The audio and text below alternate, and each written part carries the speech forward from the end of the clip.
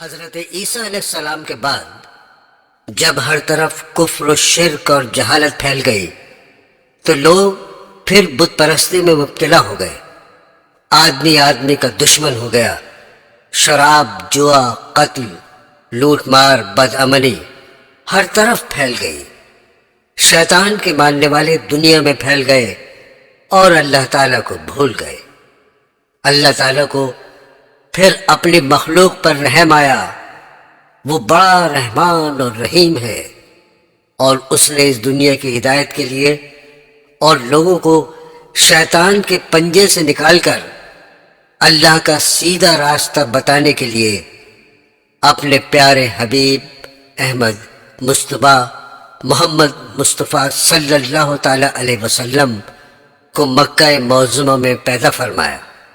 آپ 12 ربیع الاول کو مکہ معظمہ میں پیدا ہوئے۔ آپ کی والدہ کا نام آمنہ اور آپ کے والد ماجد کا نام عبداللہ تھا، جو آپ کی پیدائش سے 2 ماہ قبل ہی فوت ہو چکے تھے۔ آپ کے دادا عبد المطلب تھے۔ انہوں نے آپ کی سرپرستی فرمائی۔ خدا کی شان کے دادا کا سایہ بھی زیادہ عرصے تک قائم نہ رہا، اور والدہ کے 2 سال کے بعد دادا کا سایہ بھی سر سے اٹھ گیا۔ اس وقت حضور صلی اللہ تعالی علیہ وسلم 8 برس کے تھے۔ دادا کے انتقال کے بعد حضور صلی اللہ تعالی علیہ وسلم کے چچا ابو طالب نے اپنی سرپرستی میں لے لیا۔ چچا کو اپنے بھتیجے سے بے حد محبت تھی اور بیٹوں سے زیادہ چاہتے تھے۔ برادران اسلام، عرب کی حالت اس وقت بہت خراب تھی۔ حضور صلی اللہ تعالی علیہ وسلم نے انہی لوگوں کے درمیان رہ کر پرورش پائی، اور آپ کا اٹھنا بیٹھنا ملنا جلنا انہی لوگوں سے تھا، مگر آپ نے کسی کی گندی عادت نہیں قبول کی۔ آپ کے ہر کام میں صفائی ستھرائی پائی جاتی تھی۔ آپ کی دیانت، سچائی اور پاکیزگی کی شہرت ہوتی چلی گئی، اور لوگ آپ کو صادق اور امین کہہ کر پکارنے لگے۔ جب آپ 25 سال کے ہوئے تو آپ کی شادی حضرت خدیجہ رضی اللہ تعالی عنہا سے ہوئی، جو بیوہ تھی۔ حضور اکرم تجارت کا مال لے کر عرب کے مختلف ملکوں میں جاتے، وہاں بھی آپ کو امین اور صادق کہہ کر پکارا جاتا۔ مکہ معظمہ کے 3 میل کے فاصلے پر پہاڑ میں ایک غار تھا، جس کو غار حرا کہتے ہیں۔ حضور صلی اللہ تعالی علیہ وسلم کئی روز کا کھانا لے کر اس غار میں چلے جاتے، اور وہاں اکثر خدا کی عبادت اور سوچ بچار میں وقت گزارتے۔ رمضان المبارک کا مہینہ تھا، اور آپ کی عمر 40 برس کی ہو چکی تھی۔ آپ معمول کے مطابق غار حرا میں عبادت میں مشغول تھے۔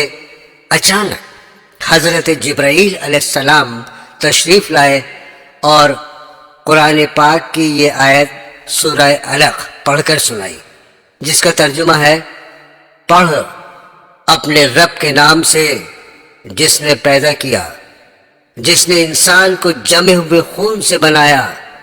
پڑھ، اور تیرا رب بڑا کریم ہے، جس نے قلم کے ذریعے علم سکھایا اور انسان کو وہ بتایا جو وہ نہیں جانتا تھا۔ غار حرا میں آپ صلی اللہ تعالی علیہ وسلم کو نبوت عطا کی گئی، اور حکم دیا گیا کہ اللہ کے بندوں کو اللہ کا سیدھا راستہ بتائیں۔ آپ صلی اللہ تعالی علیہ وسلم نے اللہ کے حکم کے مطابق سب سے پہلے اپنے قریبی رشتہ داروں اور گہرے دوستوں کو اللہ کی طرف بلایا اور فرمایا: کہو اللہ کے سوا کوئی معبود نہیں۔ اس زمانے میں عرب میں بت پرستی کا زور تھا۔ خانہ کعبہ جو اللہ کا گھر ہے، اس میں بے شمار بت رکھے تھے۔ ان کے سمجھ میں یہ بات نہیں آئی، اور اس بات پر آپ سے لڑنے کو تیار ہو گئے۔ سب سے پہلے حضرت خدیجہ رضی اللہ تعالی عنہا، حضرت علی رضی اللہ تعالی عنہ، آپ کے چچا زاد بھائی حضرت زید بن حارث، آپ کے آزاد کیے ہوئے غلام، اور حضرت ابو بکر صدیق رضی اللہ تعالی عنہ جو حضور صلی اللہ تعالی علیہ وسلم کے گہرے دوست تھے ایمان لائے اور اللہ کے دین کو پھیلانے لگے۔ حضور صلی اللہ تعالی علیہ وسلم کو اللہ کا دین پھیلانے میں بڑی بڑی مشقتیں اور تکلیفیں برداشت کرنی پڑیں۔ اللہ پاک قرآن مجید میں اپنے پیارے نبی کو تسلی دیتا رہا اور ہدایت فرماتا رہا کہ اب اس طرح اور اب اس طرح کرو۔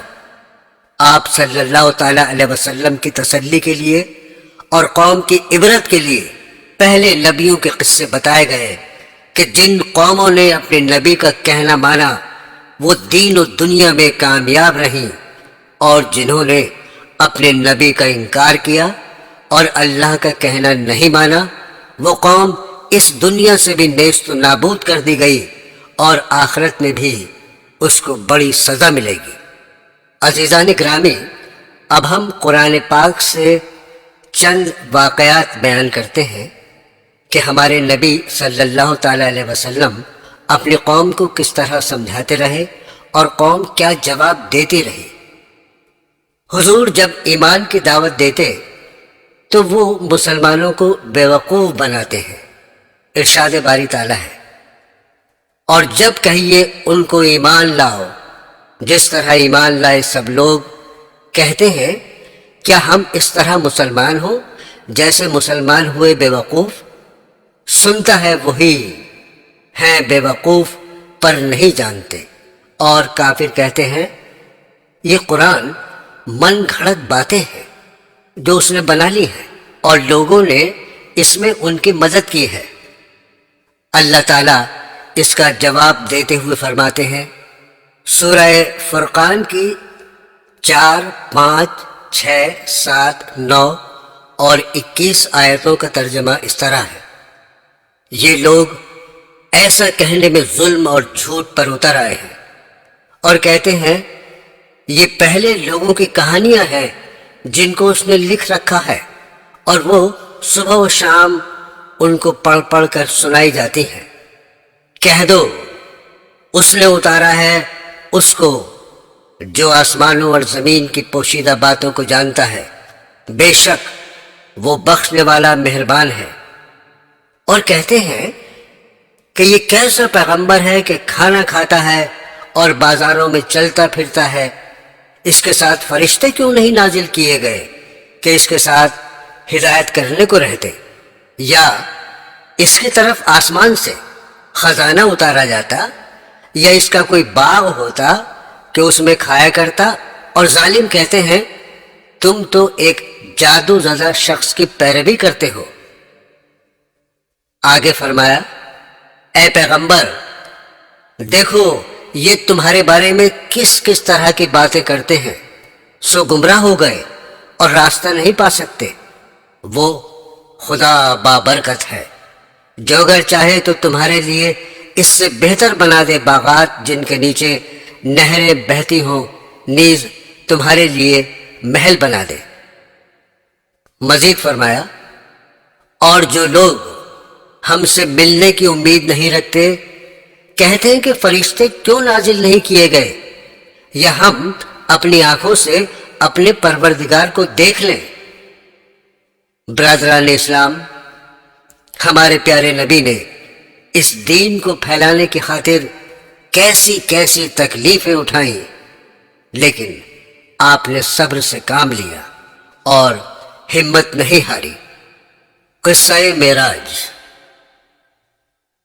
پاک ذات ہے جو لے گیا اپنے بندے کو راتوں رات مسجد حرام سے مسجد اقصی تک، جس میں ہم نے خوبیاں رکھی ہیں کہ دکھلا دیں اس کو اپنی قدرت کے نمونے، وہی سنتا اور دیکھتا ہے۔ سورہ بنی اسرائیل آیت نمبر 1۔ برادران اسلام، ایک رات جب کہ آپ سو رہے تھے، حضرت جبرائیل علیہ السلام تشریف لائے اور آپ کا سینہ چاک کر کے قلب کو آب زمزم سے دھویا اور اس میں ایمان اور حکمت بھر دی۔ پھر آپ کے پاس سفید رنگ کا براق لایا گیا جس پر آپ کو سوار کیا گیا۔ حضرت جبرائیل علیہ السلام نے اس کی رکاب پکڑی۔ راستے میں آپ کو بہت سے عجائبات دکھائے گئے۔ براق کا ایک قدم جہاں تک نگاہ جاتی تھی پڑتا تھا۔ آپ کو بیت المقدس پہنچایا گیا، جہاں مسجد اقصی میں آپ امام بنے اور آپ کے پیچھے تمام انبیاء نے نماز پڑھی۔ پھر تمام انبیاء سے ملاقات کرائی گئی۔ اس کے بعد آسمان کا سفر شروع ہوا اور ایک کے بعد دوسرے آسمان پر تشریف لے گئے۔ ہر آسمان پر کسی پیغمبر سے ملاقات ہوئی۔ پھر آپ کو سدرۃ المنتہا کی طرف بلند کیا گیا، یہاں تک کہ ایک مقام پر پہنچے۔ پھر حضرت جبرائیل علیہ السلام ٹھہر گئے۔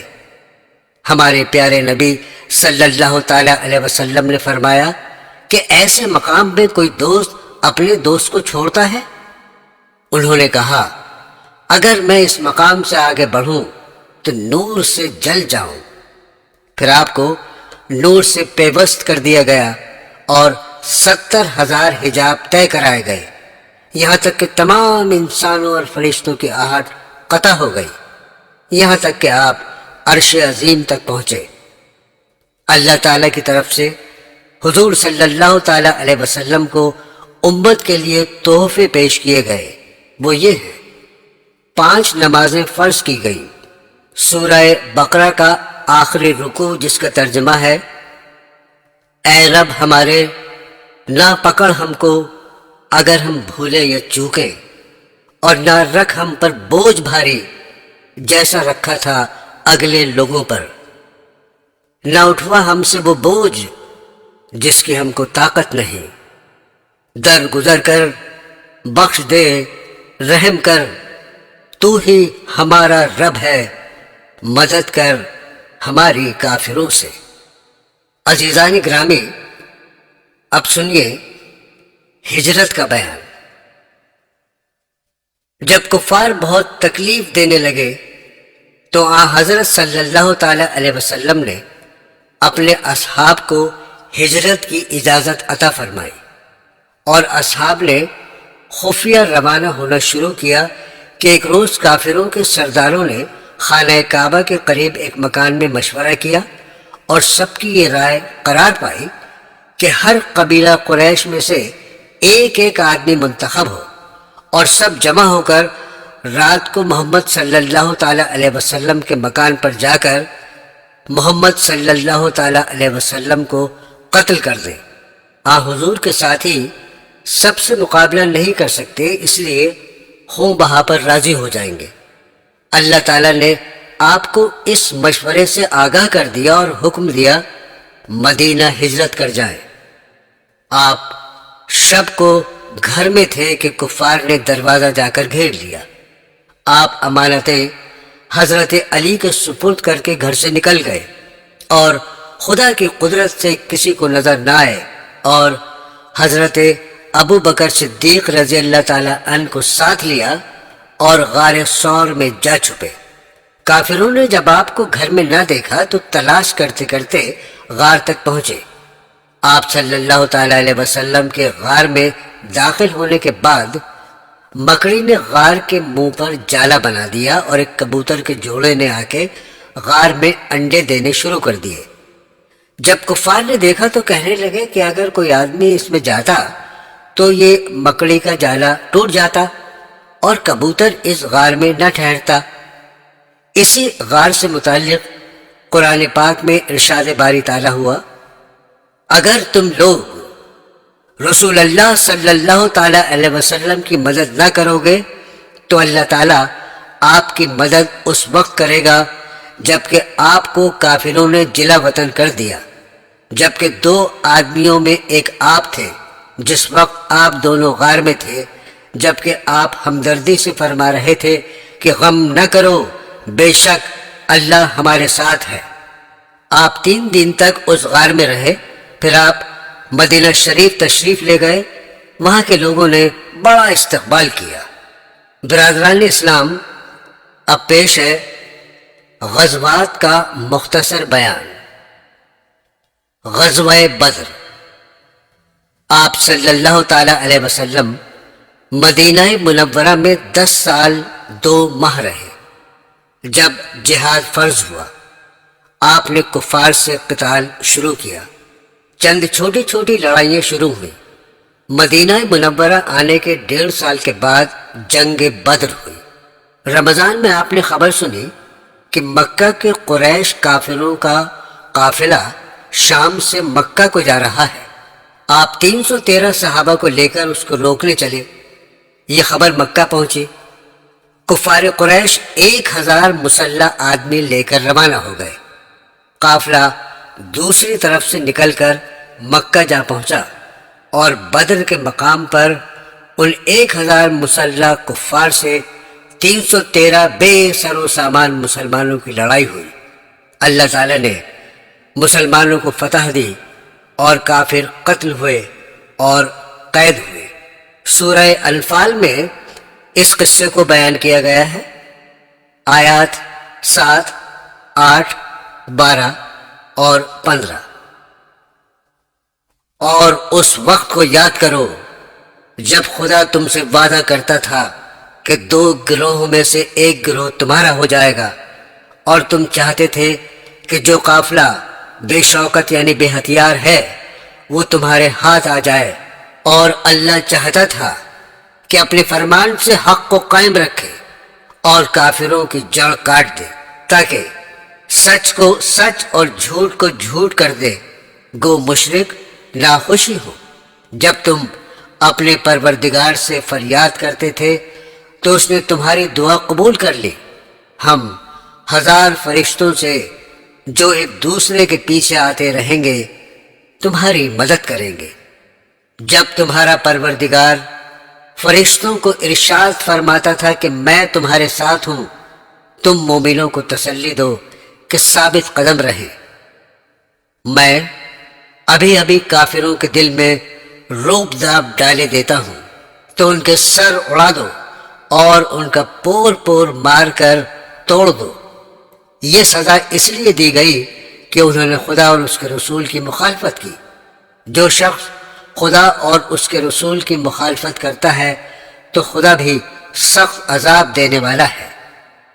یہ مزہ تو یہاں چکھو، اور کافروں کے لیے دوزخ کا عذاب بھی تیار ہے۔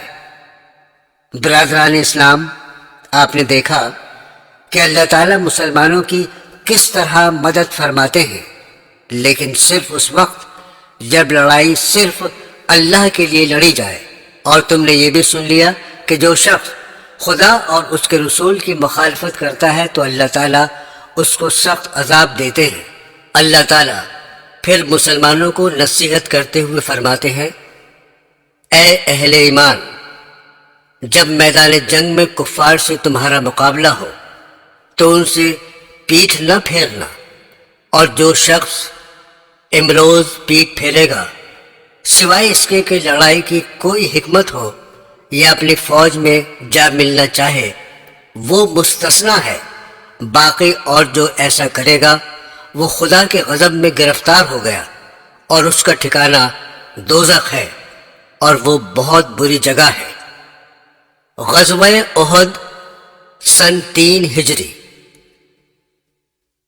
غزوہ بدر کے بعد کافروں سے چند چھوٹی چھوٹی لڑائیاں اور چھوٹی چھوٹی جھڑپیں ہوئیں۔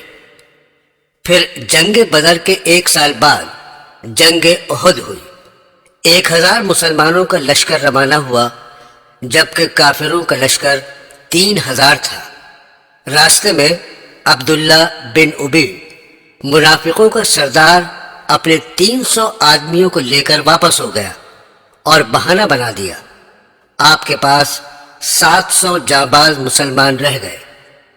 آپ نے کوہ احد پہنچ کر 50 تیر اندازوں کو پہاڑ کے اہم مقامات پر بٹھایا اور بہت تاکید کر دی اور حکم دیا کہ میری اجازت کے بغیر تم اپنی جگہ نہ چھوڑنا، خواہ ہمیں شکست ہو یا فتح، تم اپنی جگہ پر ڈٹے رہنا۔ جب جنگ شروع ہوئی تو اول مسلمانوں کو فتح ہوئی اور مسلمان مال غنیمت جمع کرنے لگے۔ یہ دیکھ کر وہ مسلمان جن کو پہاڑ کی اہم جگہوں پر کھڑا کیا گیا تھا 10 آدمیوں کے سوا باقی سب اپنی جگہ کو چھوڑ کر آ گئے۔ پہاڑ کی اہم جگہوں کی طرف سے جن کو مسلمانوں نے نبی صلی اللہ تعالی علیہ وسلم کی مرضی کے خلاف چھوڑ دیا تھا، کافروں نے حملہ کر دیا، جس کی وجہ سے مسلمانوں کے پیر اکھڑ گئے اور 70 مسلمان اسی جنگ میں شہید ہو گئے۔ شہداء میں حضرت حمزہ رضی اللہ تعالی عنہ حضور صلی اللہ تعالی علیہ وسلم کے چچا بھی شامل ہے۔ حضور صلی اللہ تعالی علیہ وسلم کے پیر میں زخم آئے، جن سے یہ افواہ پھیل گئی کہ حضور شہید ہو گئے۔ بعد میں اللہ تعالیٰ نے پھر مسلمانوں کے دلوں کو مضبوط کیا، مسلمان پھر جم کر لڑے اور کافر میدان احد چھوڑ کر چلے گئے۔ برادران اسلام، قرآن پاک کی چند آیتیں اس جنگ احد کے متعلق ہم آپ کو سناتے ہیں۔ سورہ آل عمران آیت 121۔ اور جبکہ آپ صبح کے وقت گھر سے چلے، مسلمانوں کو مقابلہ کرنے کے لیے مقامات پر جمع رہے تھے، اور اللہ تعالیٰ سب سن رہے تھے، سب جان رہے تھے۔ جب تم میں سے 2 جماعتوں نے دل میں خیال کیا کہ ہمت ہار دیں، اور اللہ تعالیٰ تو ان دونوں جماعتوں کا مددگار تھا، اور بس مسلمانوں کو اللہ پر اعتماد کرنا چاہیے۔ سورہ آل عمران آیت نمبر 139۔ اور سست نہ ہو اور غم نہ کھاؤ، اور تم ہی غالب رہو گے اگر تم ایمان رکھتے ہو۔ مسلمانوں کو تسلی دیتے ہوئے اللہ تعالیٰ فرماتے ہیں، سورہ آل عمران آیت 140، اگر تم کو زخم پہنچ جائے تو اس قوم کو بھی ایسا ہی زخم پہنچ چکا ہے۔ پھر اللہ تعالیٰ مسلمانوں کو نصیحت کرتے ہوئے فرماتے ہیں، سورہ آل عمران آیت 152، اور یقیناً اللہ تعالیٰ نے تم سے اپنا وعدہ سچا کر دکھایا تھا جس وقت تم ان کفار کو بحکم خداوندی قتل کر رہے تھے، یہاں تک کہ تم خود ہی کمزور ہو گئے اور باہم حکم میں اختلاف کرنے لگے، اور تم کہنے پر نہ چلے بعد اس کے کہ تم کو تمہاری دل خواہ بات دکھلا دی تھی۔ مسلمانوں کو کافروں کے مقابلے میں شکست اللہ اور اس کے رسول کی اطاعت کی کمزوری کی وجہ سے ہوتی ہے۔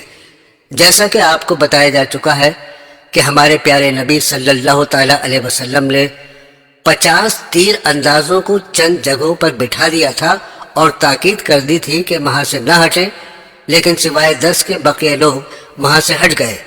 اللہ تعالیٰ اسی بات کو اس طرح فرماتے ہیں، سورہ آل عمران آیت 165، اور جب تمہاری ایسی حال ہوئی جس سے 2 حصے تم جیت چکے تھے تو کیا تم یوں کہتے ہو کہ کدھر سے ہوئی؟ فرما دیجئے کہ یہ تمہاری طرف سے ہوئی۔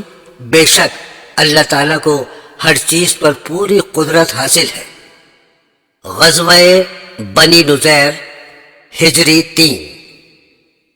دوستو، غزوہ بنی نذیر 3 ہجری میں ہوا، جس کا سبب یہ ہوا کہ ہمارے پیارے نبی صلی اللہ تعالی علیہ وسلم مدینہ طیبہ ہجرت فرما کر تشریف فرما ہوئے تو یہودیوں کے 2 قبیلوں نے جو مدینہ کے باہر رہتے تھے آپ سے عہد کیا کہ ہم آپ کے موافق رہیں گے اور آپ سے کوئی برائی نہیں کریں گے۔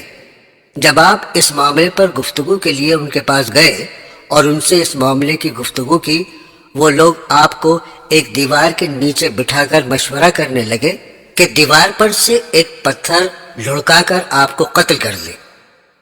آپ صلی اللہ تعالی علیہ وسلم کو وحی سے اطلاع ہو گئی۔ آپ اٹھ کر مدینہ تشریف لے گئے۔ آپ نے کہلا بھیجا کہ تم نے اپنے عہد کو توڑا ہے، یا تو 10 دن کے اندر نکل جاؤ ورنہ لڑائی ہوگی۔ وہ لڑائی کے لیے تیار ہوئے۔ آپ ان پر لشکر لے آئے اور ان کے حلقے کو گھیر لیا۔ آخر وہ تنگ ہو کر نکل جانے پر راضی ہوئے۔ سورہ حشر میں اسی قصے سے متعلق چند آیتیں پیش ہیں۔ سورہ حشر آیت نمبر 1، اللہ پاک کی پاکی بیان کرتے ہیں، سب جو کچھ آسمانوں اور زمین میں ہے، اور وہ زبردست حکمت والا ہے، وہی ہے جس نے کفار اہل کتاب کو ان کے گھروں سے پہلی بار اکٹھا کر کے نکال دیا۔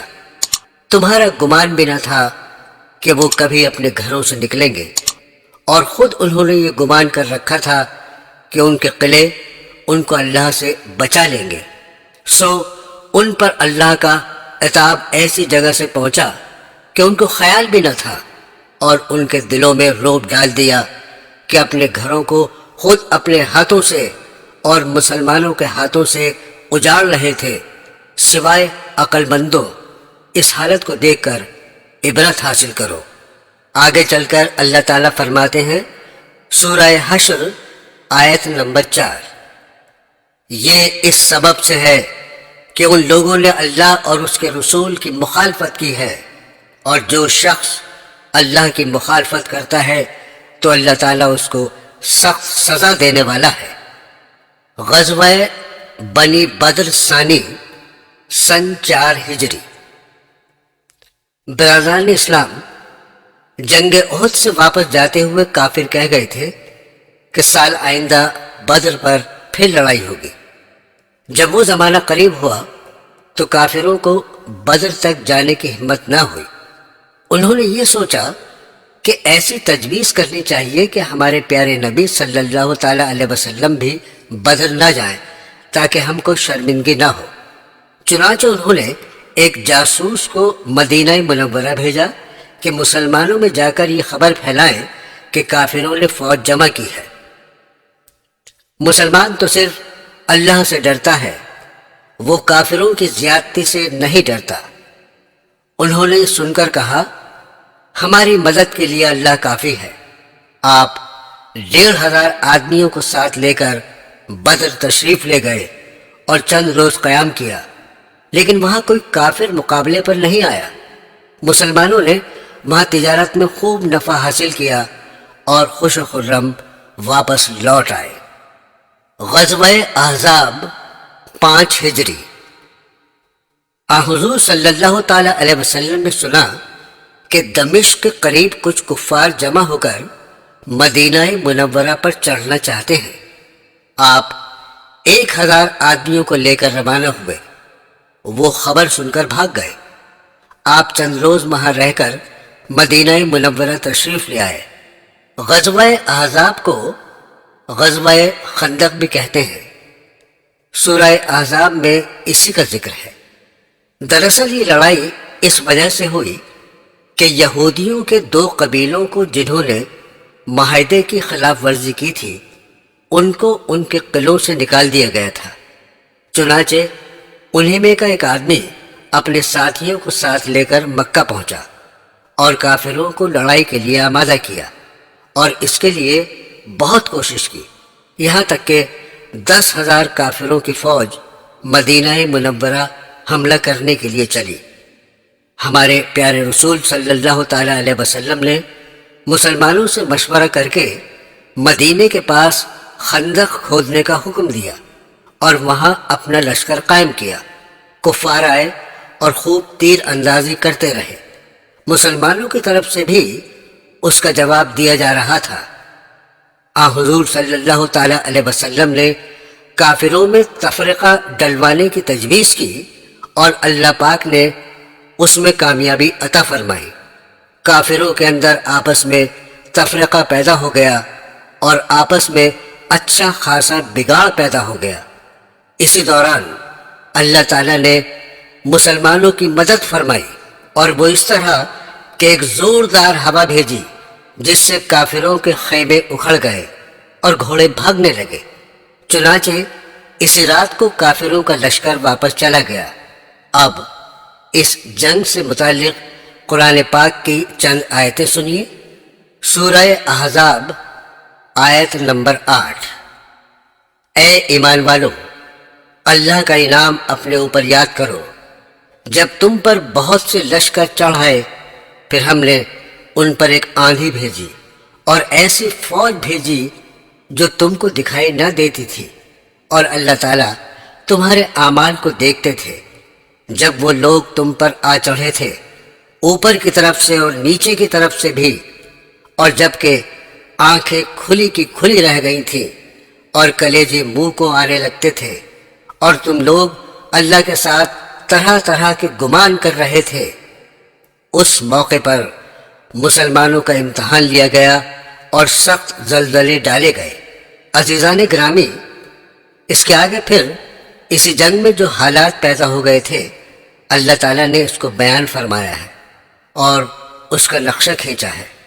منافق جن کے دلوں میں اسلام پکا نہیں ہوا تھا کہنے لگے، سورہ احزاب آیت نمبر 12، اور جب منافق اور وہ لوگ جن کے دلوں میں مرض ہے یوں کہہ رہے تھے کہ ہم سے تو اللہ نے اور اس کے رسول نے محض دھوکے ہی کا وعدہ کر رکھا ہے۔ آگے چل کر اللہ تعالیٰ خبردار کرتے ہیں، سورہ احزاب آیت نمبر 16، آپ فرما دیجئے کہ تم کو بھاگنا کچھ نفع نہیں دے سکتا اگر تم موت سے یا قتل سے بھاگتے ہو، اور اس حالت میں بجز تھوڑے دنوں کے زیادہ فائدہ نہیں اٹھا سکتے۔ سورہ احزاب آیت نمبر 17، یہ بھی فرما دیجئے کہ وہ کون ہے جو تم کو خدا سے بچا سکے اگر وہ تمہارے ساتھ برائی کرنا چاہے، یا وہ کون ہے جو خدا کے فضل سے تم کو روک سکے اگر وہ تم پر فضل کرنا چاہے، اور خدا کے سوا نہ کوئی اپنا حمایتی پائیں گے نہ مددگار۔ آگے چل کر اللہ تعالیٰ فرماتے ہیں، سورہ احزاب آیت نمبر 25، اور اللہ تعالیٰ نے کافروں کو لوٹا دیا غصے میں بھرا ہوا کہ ان کی کچھ بھی مراد پوری نہ ہوئی، اور جنگ میں اللہ تعالیٰ مسلمانوں کے لیے آپ ہی کافی ہو گیا، اور اللہ تعالیٰ بڑی قوت والا بڑا زبردست ہے۔ قصہ حدیبیہ سن 6 ہجری۔ حضور صلی اللہ تعالیٰ علیہ وسلم کو مدینہ منورہ میں رہتے ہوئے 6 سال ہوئے تھے کہ آپ نے خواب میں دیکھا کہ آپ مکہ تشریف لے گئے اور آپ نے عمرہ ادا کیا۔ چنانچہ آپ نے صحابہ کے ساتھ مکہ معظمہ جا کر عمرہ کرنے کی تیاری شروع کر دی۔ مکہ کے کافروں نے کہا کہ ہم مکہ میں آپ کو ہرگز نہ آنے دیں گے۔ غرض کافروں سے گفتگو کے بعد چند باتوں پر صلح ہوئی۔ ان میں یہ بات بھی تھی کہ آپ آئندہ سال آ کر عمرہ کریں اور 10 برس تک ہمارے اور آپ کے درمیان کوئی لڑائی نہ ہو، اور کافروں کے دوست قبیلوں سے مسلمان نہ لڑیں اور مسلمان کے دوست قبیلوں سے کافر نہ لڑیں۔ وہاں 2 قبیلے تھے، ایک قبیلہ کافروں کا ساتھی تھا اور دوسرا قبیلہ مسلمانوں کا ساتھی تھا۔ اس کو صلح حدیبیہ کہتے ہیں۔ حدیبیہ ایک کنویں کا نام ہے جس مقام پر یہ صلح ہوئی تھی۔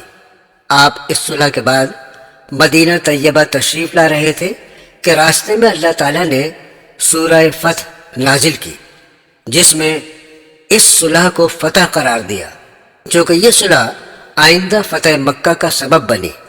اللہ تعالیٰ فرماتے ہیں، سورہ فتح آیت نمبر 26، بے شک ہم نے آپ کو ایک کھلم کھلا فتح دی۔ عزیزان گرامی، اور کئی جنگیں چھوٹی چھوٹی کافروں اور یہودیوں سے ہوئی، جن میں سے جنگ خیبر مشہور ہے۔ اس جگہ 7 قلعے تھے۔ یہودیوں نے سب کے دروازے بند کر دیے کہ اس میں گھس کر بیٹھ گئے اور اندر سے تیر اندازی کرتے رہے۔ آخر ایک ایک کر کے سب قلعے فتح ہو گئے۔ اس سال خیبر میں ایک یہودی عورت نے گوشت میں زہر ملا کر آپ کو دیا۔ آپ صلی اللہ تعالیٰ علیہ وسلم نے ایک لقمہ منہ میں ڈالا اور فرمایا کہ اس گوشت نے مجھ سے کہہ دیا کہ مجھ میں زہر ملا ہے۔ جنگ حنین، قصہ فتح مکہ سن 8 ہجری۔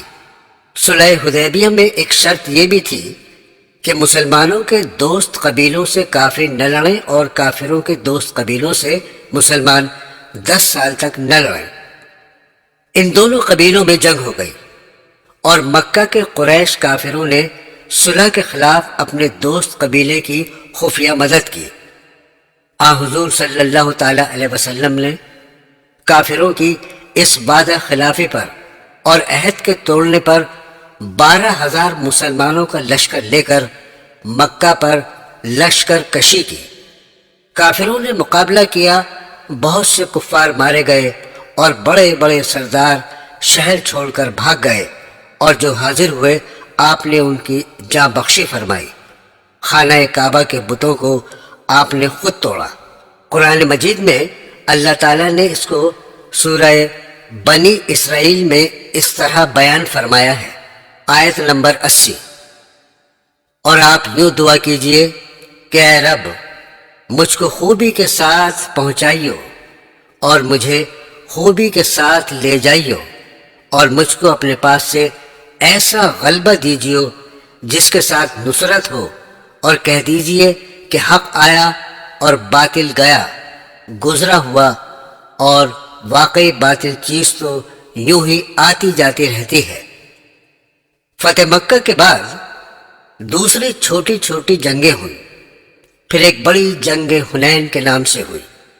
حنین ایک مقام ہے مکہ اور طائف کے درمیان، جہاں کافروں کے کچھ قبیلوں سے فتح مکہ کے 2 ہفتے بعد لڑائی ہوئی۔ مسلمان 12,000 تھے، مشرکین 4,000۔ بعض مسلمان اپنا مجمع دیکھ کر اس طرح کہنے لگے کہ اس سے شیخی سی معلوم ہوتی تھی کہ ہم آج کسی طرح نہیں ہار سکتے۔ لڑائی شروع ہوئی اور پہلے مسلمانوں کو فتح ہوئی۔ بعض مسلمان مال غنیمت کو جمع کرنے لگے۔ اس وقت کافی ٹوٹ پڑے، وہ بڑے تیر انداز تھے، مسلمانوں پر تیر برسانے شروع کر دیے۔ اس گھبراہٹ میں مسلمانوں کے پاؤں اکھڑ گئے۔ صرف آن حضور صلی اللہ تعالی علیہ وسلم میں چند صحابہ کے میدان میں رہ گئے۔ آپ صلی اللہ تعالی علیہ وسلم نے حضرت عباس رضی اللہ تعالی عنہ سے مسلمانوں کو آواز دلوائی، پھر سب لوٹ کر دوبارہ جمع ہوئے اور کافروں سے مقابلہ کیا۔ آسمانوں سے فرشتوں کی مدد آئی، کافر بھاگے اور بہت سے قتل ہوئے، پھر ان میں سے بہت سے آپ صلی اللہ تعالی علیہ وسلم کی خدمت میں آ کر مسلمان ہو گئے۔ سورہ توبہ میں اللہ تعالیٰ نے اس کو اس طرح بیان کیا ہے، آیت نمبر 25، خدا تعالیٰ نے تم کو بہت موقعوں پر غلبہ دیا جب تم کو اپنے مجمع کو کثرت سے غرہ ہو گیا تھا، اور حنین کے دن بھی پھر وہ کثرت تمہارے لیے بھی کارآمد نہ ہوئی، اور تم پر زمین باوجود اپنی فراخی کے تنگی کرنے لگی، پھر تم پیٹھ پھیر کر بھاگ کھڑے ہوئے۔ پھر اللہ تعالیٰ نے اپنے رسول پر اور دوسرے مسلمانوں پر تسلی نازل فرمائی اور ایسے لشکر نازل فرمائے جن کو تم نے نہیں دیکھا، اور کافروں کو سزا دی، اور یہ کافروں کی سزا ہے۔ برادران اسلام، آپ نے دیکھا کہ اللہ تعالیٰ نے مسلمانوں کو کس طرح سبق دیا کہ اپنی زیادتی پر فخر نہ کرنا چاہیے، اور ہمیشہ سوچنا چاہیے کہ فتح صرف اللہ کی مدد سے ہوگی، کم ہو تب بھی اور زیادہ ہو تب بھی۔ اسی لیے صرف اللہ پر بھروسہ رکھنا چاہیے۔ یہ سبق اس لیے بھی دیا ہوگا کہ آئندہ بھی مسلمان اس بات کو یاد رکھیں۔ جنگ تبوک سن 9 ہجری۔ دوستو، تبوک ایک مقام ہے ملک شام میں۔ ہمارے پیارے نبی صلی اللہ تعالی علیہ وسلم جب فتح مکہ اور غزوہ حنین سے فارغ ہوئے تو آپ کو خبر ہوئی کہ روم کا بادشاہ ہرقل مدینہ منورہ پر فوج بھیجنا چاہتا ہے، اور وہ فوج تبوک کے مقام پر جمع کی جائے گی۔ قبل اس کے کہ وہ حملہ کرے، آپ نے خود ہی مقابلہ کرنے کے لیے سفر کا ارادہ کیا اور مسلمانوں میں اس کا اعلان کر دیا۔ چونکہ یہ زمانہ بہت گرمی کا تھا اور مسلمانوں کے پاس سامان بہت کم تھا، سفر دور دراز کا تھا، اس لیے اس غزوہ میں جانا بڑی ہمت کا کام تھا۔ اللہ تعالیٰ نے اس جہاد میں شرکت کے لیے مسلمانوں کو سورہ توبہ میں اس طرح ترغیب دلائی۔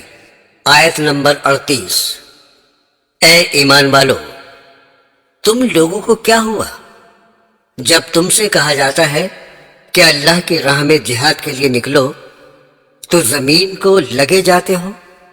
کیا تم نے آخرت کے عوض دنیاوی زندگی پر قناعت کر لی؟ سو دنیا کی زندگی کا سامان آخرت کے مقابلے میں بہت تھوڑا ہے۔ یہ ترغیب دلانے کے لیے اللہ تعالیٰ نے اور بھی کئی آیات اس کے آگے بیان فرمائی ہیں۔ سورہ توبہ آیت نمبر 41، نکل پڑو خواہ تھوڑے سامان سے خواہ زیادہ سامان سے، اور اللہ کی راہ میں اپنے مال اور جان سے جہاد کرو، یہ تمہارے لیے بہتر ہے، اگر تم یقین رکھتے ہو تو دیر مت کرو۔ عزیزان گرامی، جو لوگ منافق تھے اور سچے مسلمان نہ ہوئے تھے، وہ اتنی دور جہاد میں جانے سے بہانے کرنے لگے اور رخصت مانگنے لگے تو اللہ تعالیٰ نے ان کی پول کھول دی۔ سورہ توبہ آیت نمبر 42، اگر کچھ ہاتھ مال ملنے والا ہوتا اور سفر بھی معمولی ہوتا تو یہ منافق ضرور آپ صلی اللہ تعالیٰ علیہ وسلم کے ساتھ ہو لیتے، لیکن ان کو تو مسافت ہی دور دراز معلوم ہونے لگی اور ابھی خدا کی قسمیں کھا جائیں گے، اگر ہمارے بس کی بات ہوتی تو تمہارے ساتھ چلتے۔ یہ لوگ جھوٹ بول کر اپنے آپ کو تباہ کر رہے ہیں اور اللہ جانتا ہے کہ یہ لوگ یقیناً جھوٹے ہیں۔ برادران اسلام، مسلمانوں کا 30,000 لشکر اس سخت گرمی اور کم سامانی کے باعث بھی جہاد پر دور دراز روانہ ہو گیا، کیونکہ ان کے پیارے نبی صلی اللہ تعالیٰ علیہ وسلم کا حکم تھا، لیکن بعض منافق لوگ نہ گئے اور بہانہ بنا کر رہ گئے۔ اللہ تعالیٰ نے اس سورہ توبہ میں ان کی سخت مذمت کی ہے۔ فرماتے ہیں، سورہ توبہ آیت نمبر 81، یہ پیچھے رہ جانے والے خوش ہو گئے۔ رسول اللہ صلی اللہ تعالیٰ علیہ وسلم کے جانے کے بعد اپنے بیٹھے رہنے پر اور ناگوار ہوا جہاد کرنا اللہ کی راہ میں اپنے مالوں اور جانوں کے ساتھ، اور دوسروں کو کہنے لگے کہ تم لوگ گرمی میں مت نکلو، آپ کہہ دیجئے کہ جہنم کی آگ اس سے بھی زیادہ گرم ہے، کیا خوب ہوتا اگر وہ سمجھتے۔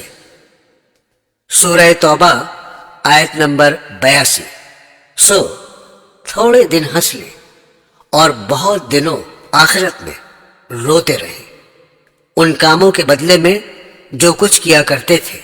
عزیزان گرامی، مسلمانوں کا لشکر تبوک میں ٹھہرا اور شاہ روم کے لشکر کا انتظار کرتا رہا، لیکن شاہ روم نے ڈر کی وجہ سے اپنا لشکر نہ بھیجا، اور 2 ماہ کے قیام کے بعد آپ مدینہ منورہ تشریف لے آئے۔ حجۃ الوداع سن 10 ہجری۔ عزیزان گرامی، ہجرت کے 10ویں سال حضرت صلی اللہ تعالی علیہ وسلم حج کو تشریف لے گئے۔ آپ کے حج کی خبر سن کر مسلمان جمع ہونے شروع ہو گئے اور 1 لاکھ سے زیادہ آدمی جمع ہو گئے۔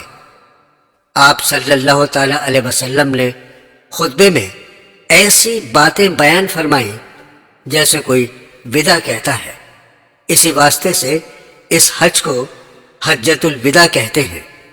اس خطبے میں آپ صلی اللہ تعالی علیہ وسلم نے بہت سے اہم امور کے بارے میں ہدایات دی۔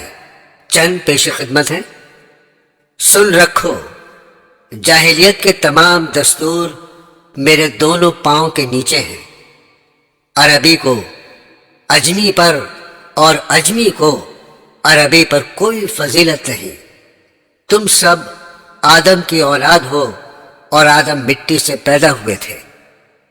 مسلمان آپس میں بھائی بھائی ہیں۔ تمہارے غلام جو خود کھاؤ وہی ان کو کھلاؤ، جو خود پہنو وہی ان کو پہناؤ۔ جاہلیت کے تمام خون باطل کر دیے گئے ہیں۔ اب کسی کو کسی سے پرانے خون کا بدلہ لینے کا حق نہیں ہے۔ جاہلیت کے تمام سود بھی باطل کر دیے گئے ہیں۔ اب کسی کو کسی سے سود کا مطالبہ کرنے کا حق نہیں، اور سب سے پہلے میں اپنے خاندان کا سود، عباس بن عبد المطلب کا سود باطل کرتا ہوں۔ عورتوں کے معاملے میں خدا سے ڈرو، تمہارا عورتوں پر اور عورتوں کا تم پر حق ہے۔ تمہارا خون اور تمہارا مال قیامت تک کے لیے ایک دوسرے پر حرام ہے، اور اسی طرح جس طرح یہ دن، یہ مہینہ اور یہ شہر حرام ہے۔ میں تم میں ایک چیز چھوڑے جاتا ہوں، اگر تم نے اس کو مضبوط پکڑ لیا تو گمراہ نہ ہوگے، اور وہ ہے اللہ کی کتاب۔ اس کے بعد آپ صلی اللہ تعالی علیہ وسلم نے بہت سے اصولی احکام شریعت بیان فرمائے، پھر مجمع کی طرف خطاب کر کے پوچھا، تم سے خدا کے یہاں جب میرے بارے میں پوچھا جائے گا تو تم کیا کہو گے؟ صحابہ نے عرض کیا، ہم کہیں گے کہ آپ نے خدا کا پیغام پہنچا دیا اور اپنا فرض ادا کر دیا۔ آپ نے آسمان کی طرف انگلی اٹھائی اور 3 بار فرمایا، اے اللہ تو گواہ رہنا۔ اسی موقع پر قرآن پاک کی یہ آیت نازل ہوئی۔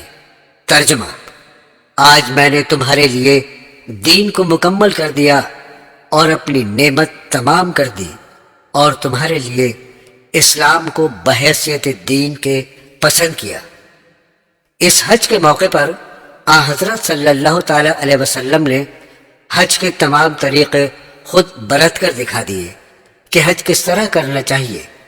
اس موقع پر آپ نے یہ بھی فرمایا کہ مجھ سے حج کے مسائل سیکھ لو، میں نہیں جانتا، شاید اس کے بعد مجھے دوسرے حج کی نوبت نہ آئے۔ اس موقع پر آپ نے تمام مسلمانوں سے یہ بھی فرمایا، جو لوگ اس وقت موجود ہیں وہ یہ سب باتیں ان تک پہنچا دیں جو موجود نہیں ہیں۔ سورہ مائدہ کی آیت نمبر 3 کے نازل ہونے کے بعد تقریباً 3 ماہ حضور اکرم صلی اللہ تعالی علیہ وسلم حیات رہے، اور ربیع الاول سن 11 ہجری میں آپ اس جہان فانی سے رخصت ہو گئے۔ عزیزان گرامی، اب پیش ہے چند اچھی باتیں۔ اسلام نام ہے، زندگی میں ہر جگہ چلتے پھرتے، سوتے جاگتے، کھاتے پیتے، لین دین کرتے، ہم ہر وقت خیال رکھیں کہ اس میں اللہ تعالیٰ کا کیا حکم ہے، اور حضور اکرم صلی اللہ تعالی علیہ وسلم نے اس کو کس طرح کیا۔ قرآن پاک میں اسلام کے مطابق زندگی گزارنے کے لیے اللہ تعالیٰ کے بہت سے احکام آئے ہیں۔ سورہ بنی اسرائیل آیت نمبر 34، اور اپنا وعدہ پورا کیا کرو، بلا شبہ وعدے کے متعلق تم سے پوچھو گی۔ سورہ متفففین آیت نمبر 1، اور جب ناپ تول کرو تو پورا کرو، اور صحیح ترازو سے تول کر دیا کرو۔ دوسری جگہ آپ نے فرمایا، خرابی ہے گھٹانے والوں کی کہ جب ناپ تولیں لوگوں سے پورا کریں، اور جب ناپ دیں ان کو یا تول دیں تو گھٹا کر دیں۔ کیا خیال نہیں رکھتے وہ لوگ کہ ان کو اٹھنا ہے ایک بڑے دن میں؟ دوستو، دوسروں سے ہنس کر یا مسکرا کر خوش اخلاقی سے بات کرنا بھی کیسا اچھا ہے، سب کو اچھا معلوم ہوتا ہے۔ ایسے لوگوں کی تعریف کی جاتی ہے اور اللہ تعالیٰ ان کے سب کام آسانی سے بنا دیتے ہیں۔ قرآن حکیم میں فرماتے ہیں، اور ہر شخص سے بات اچھی طرح کیا کرو۔ سورہ فرقان آیت نمبر 63، اور جب تم سے کوئی جاہل اڑ جائے تو اس کو سلام کہہ کر چلے جاؤ۔ تو دوستو، جب تم سے کوئی دشمنی کرے، عداوت کرے، تمہارے سے کوئی برائی کرے، تو اس کا جواب دشمنی اور برائی سے مت دو، بلکہ اس کے ساتھ سلوک کرو اور محبت کرو، تو وہ تمہارا پکا دوست بن جائے گا۔ ارشاد باری تعالیٰ ہے، آپ نیک برتاؤ سے بدی کو ٹال دیجئے، پھر یکایک آپ میں اور جس شخص میں عداوت تھی ایسا ہو جائے گا جیسے کوئی دوست ہوتا ہے۔ دوستوں، پیٹھ پیچھے کسی کی برائی کرنا کیسی بری بات ہے۔ اس سے بہت خرابیاں پیدا ہوتی ہیں، دشمنیاں قائم ہو جاتی ہیں اور کوئی فائدہ حاصل نہیں ہوتا۔ اسی کو غیبت کہتے ہیں۔ ارشاد باری تعالیٰ ہے سورہ الحجرات آیت نمبر 12، کیا تم میں سے کوئی اس بات کو پسند کرتا ہے کہ اپنے مرے ہوئے بھائی کا گوشت کھائے؟ اس کو تو تم ناگوار سمجھتے ہو۔ اللہ سے ڈرتے رہو، بے شک اللہ بڑا توبہ قبول کرنے والا ہے۔ دوستو، سلام کرنے کے متعلق بڑی تاکید آئی ہے۔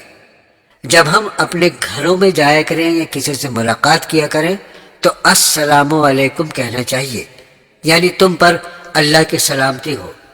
جس پر اللہ کی سلامتی ہو جائے اس کو پھر اور کیا چاہیے؟ اس کے علاوہ اور کسی طرح سلام ہرگز نہیں کرنا چاہیے۔ اللہ تعالیٰ قرآن مجید میں فرماتے ہیں، پھر یہ بھی معلوم کر رکھو کہ جب تم اپنے گھروں میں جایا کرو تو اپنے لوگوں کو سلام کر لیا کرو، جو کہ دعا کے طور سے خدا کی طرف سے مقرر ہے، برکت والی عمدہ چیز ہے۔ اسی طرح اللہ تعالیٰ تم سے اپنے احکام بیان فرماتا ہے تاکہ تم سمجھو اور عمل کرو۔ حرام چیزیں، اللہ تعالیٰ نے قرآن مجید میں ان چیزوں کو حرام قرار دیا ہے۔ یہ کبھی بھی بھول کر ہمیں نہیں کھانی چاہیے، اور اگر یہ کام کوئی دوسرا شخص کرتا ہے تو اسے بھی منع کر دینا چاہیے۔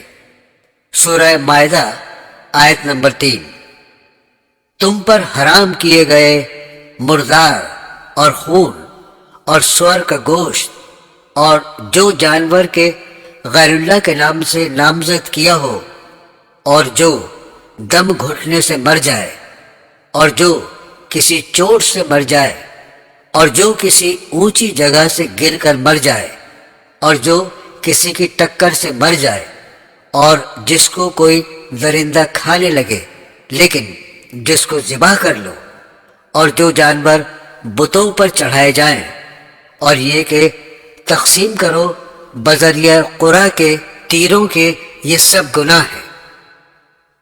اور اب وہ باتیں جو سخت گناہ ہیں وہ یہ ہیں۔ سورہ بنی اسرائیل آیت نمبر 31، اور اپنی اولاد کو ناداری کے اندیشے سے قتل مت کرو، ہم ان کو بھی رزق دیتے ہیں اور تم کو بھی، بلا شبہ ان کا قتل کرنا بڑا بھاری گناہ ہے، اور زنا کے پاس مت پھٹکو، بلا شبہ وہ بڑی بے حیائی کی بات ہے اور برا رستہ ہے۔ اور جس شخص کے قتل کو اللہ تعالیٰ نے حرام قرار دیا ہے اس کو قتل مت کرو، البتہ حق کے ساتھ، اور جو شخص ناحق قتل کیا جائے تو ہم نے اس کے وارث کو اختیار دیا ہے تو اس کے قتل کے بارے میں اسے حد سے تجاوز نہیں کرنا چاہیے۔ وہ شخص طرفداری کے قابل ہے، اور یتیم کے مال کے قریب مت جاؤ۔ سورہ مائدہ آیت نمبر 90، اے ایمان والو، یقیناً شراب اور جوا، بت اور قرا کے تیر، یہ سب گندے اور شیطانی کام ہیں، تم ان سے بچتے رہو تاکہ نجات پاؤ۔ اللہ کے ساتھ کسی کو شریک نہ کرو۔ سورہ نساء میں اللہ تعالیٰ فرماتے ہیں آیت نمبر 48، تحقیق اللہ نہیں بخشتا ہے یہ کہ اس کے ساتھ کسی کو شریک ٹھہرائے، اور بخشتا ہے اس کے علاوہ جس کو چاہے، اور جس نے شریک ٹھہرایا اللہ کا اس نے بڑا طوفان باندھا ہے۔ سورہ عنکبوت آیت نمبر 8، اور ہم نے انسان کو اپنے ماں باپ کے ساتھ اچھی طرح رہنے کی وصیت کی ہے، اور اگر وہ تجھ سے روا کریں کہ تو شرک پکڑ میرا تو ان کا کہنا نہ مان۔